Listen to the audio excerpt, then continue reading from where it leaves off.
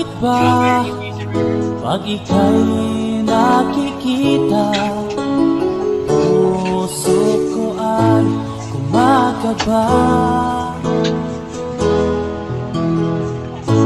Pag nasilayan ko ang iyong ganda, puso ko ay nagbabalisa.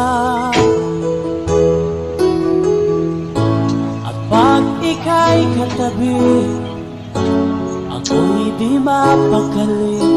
Walang ibang iniisip kundi ikaw lagi.